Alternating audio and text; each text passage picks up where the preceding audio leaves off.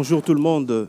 Je suis donc Diogène Séni, secrétaire général de la Ligue panafricaine Umoja, et non pas Pierre Eboundi qui est le président, qui est dans la salle d'ailleurs. Avant de commencer notre intervention, je voudrais dire un mot à nos amis chinois que dans la grande histoire de la Chine, dans la période de 28 à 31, il y a eu des panafricanistes de grand nom, comme Georges Padmore par exemple, qui ont été dépêchés en Chine pour régler un conflit qui opposait le groupe de Mao avec le groupe de Lili San. Il s'agissait donc de Georges Padmore, qui est un Africain, et puis Garang Kouyaté, qui ont été en Chine justement, qui représentait le bureau nègre du Comintern. Donc je voudrais aussi rendre hommage à travers l'histoire de la Grande Chine à ces Africains. Donc sur notre intervention, chers camarades, au nom de notre organisation, la Ligue panafricaine Umoja, nous voulons d'abord remercier les camarades de l'Institut Schiller d'avoir organisé cette rencontre, laquelle rencontre ô combien importante au moment où l'impérialisme financier, lui-même fils naturel et direct de la géopolitique impérialiste globale, ne cesse de s'organiser et de muter en différentes tentacules capables d'aliéner tous les secteurs de nos sociétés. Nous ne commencerons pas notre propos sans réaffirmer notre gratitude militante à l'endroit du Parti français Solidarité et Progrès qui nous a honorés de cette invitation afin d'être parmi vous ici à Francfort. Cette invitation nous permet de faire connaître notre combat à la famille internationale anti-impérialiste. À la Ligue panafricaine Umoja, nous sommes convaincus que face à l'impérialisme qui agit de façon coordonnée et solidaire, nous ne gagnerons pas si nous sommes dispersés, isolés et de surcroît désorganisés. Chers camarades, notre intervention est intitulée « BRICS et panafricanisme, convergence opérationnelle ».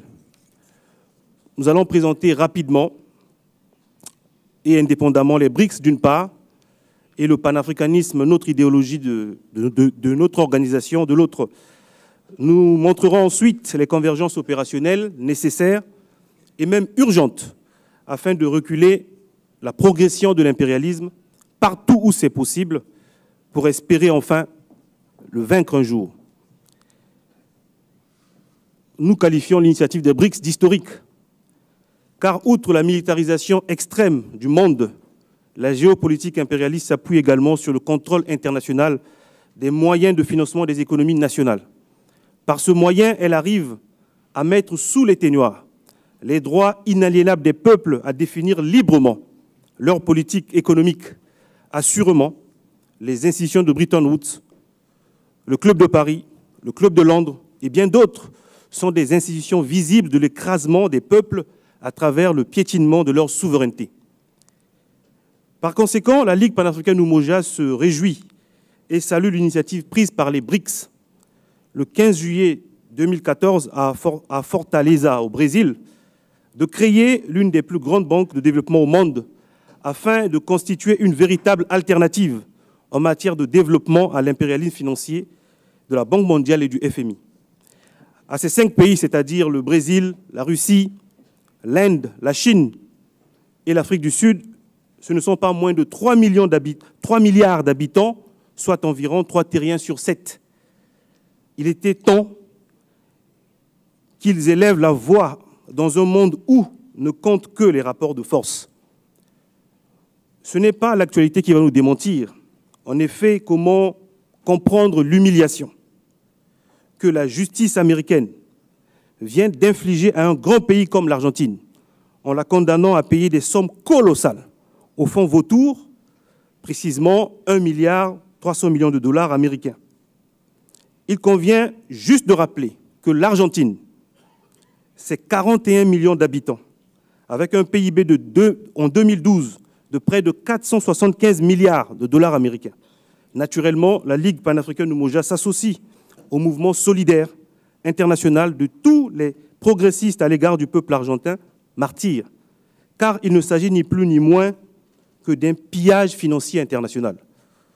L'humiliation suprême que vient de subir le peuple argentin est un cas d'école permettant de comprendre l'importance de trouver au système financier international dominant des alternatives comme celle que vient de prendre les BRICS en créant cette banque de développement.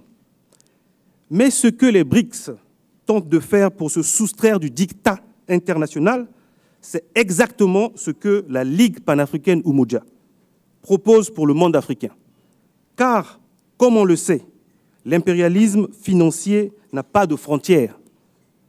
Et le monde africain fait l'objet, comme nulle part ailleurs, des dégâts innommables de ces politiques mortifères à travers les régimes très souvent corrompus par une oligarchie financière internationale.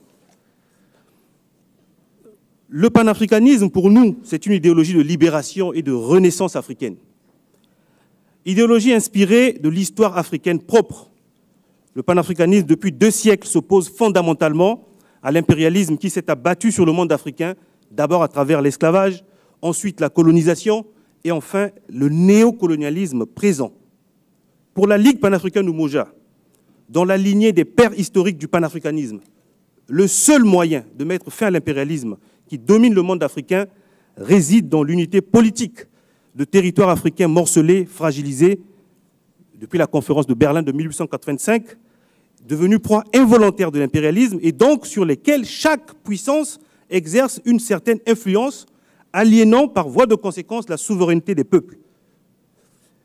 L'impérialisme présent, nommé aussi néocolonialisme pour nous autres Africains, maintient le monde africain dans une structure économique purement coloniale, qui le contraint à demeurer éternellement pourvoyeur de matières premières brutes et dans la monoculture à destination exclusive d'exportation, tout en étant consommateur passif des produits manufacturés. Sur le plan financier, ce sont les institutions de Bretton Woods, en complicité avec des anciens pays colonisateurs, qui mènent le jeu dans le monde africain. À peine en début de leur construction, les États africains ont été empêchés de se développer suite à toute une série d'injonctions économiques depuis les années 80, les obligeant à appliquer les plans d'ajustement structurel imposés par la Banque mondiale et le FMI. Le cas le plus emblématique s'est passé en 1994, où le FMI avait obtenu de la France, ancien pays colonisateur, de 14 pays de la zone franc et véritable propriétaire du franc CFA, de dévaluer cette monnaie de 50%. Les effets de cette répression monétaire furent terribles pour nos populations. Terribles, terribles. Un produit importé de France qui valait 100 francs CFA a valu du jour au lendemain 200 francs CFA. Pour récupérer 100 francs CFA, il fallait vendre le double des produits habituels.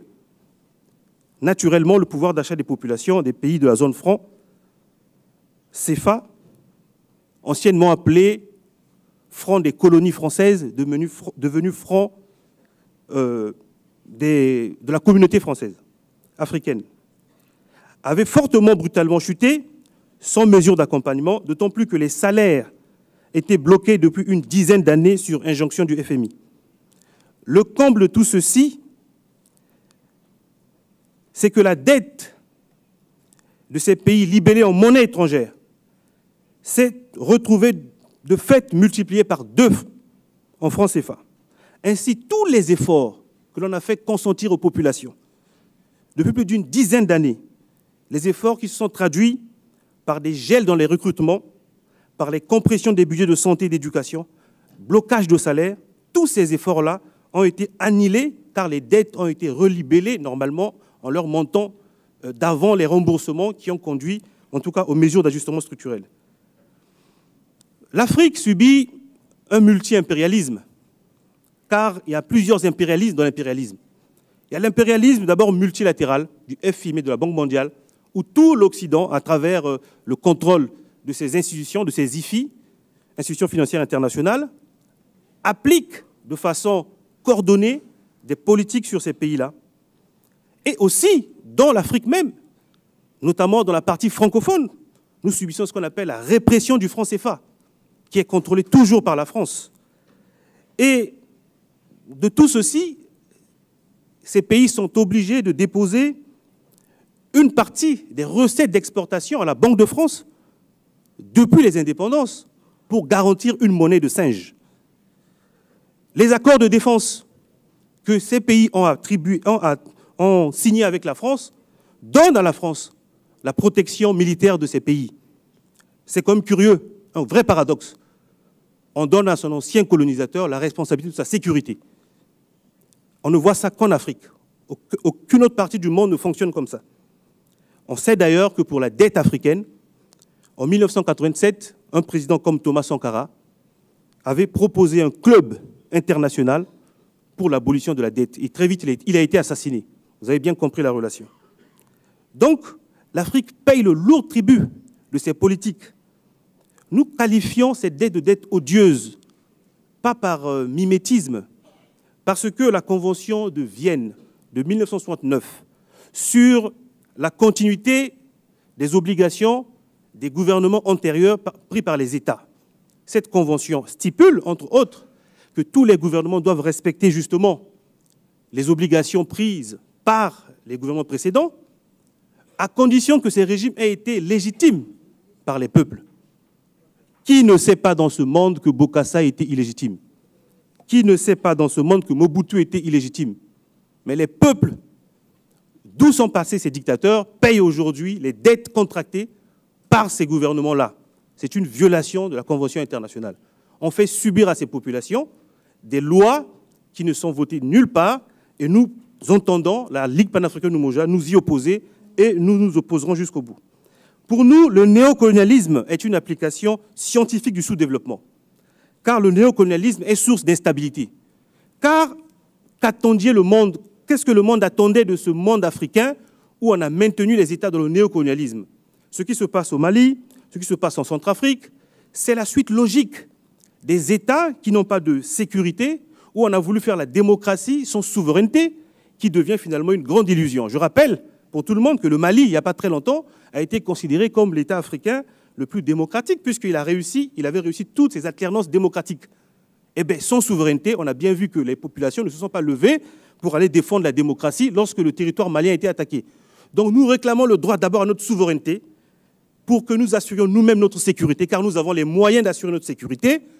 Nous rappelons que l'industrie militaire mondiale s'appuie sur les minerais africains. L'uranium vient de la RDC, de la Centrafrique, du Niger. Nous avons les moyens pour assurer notre sécurité.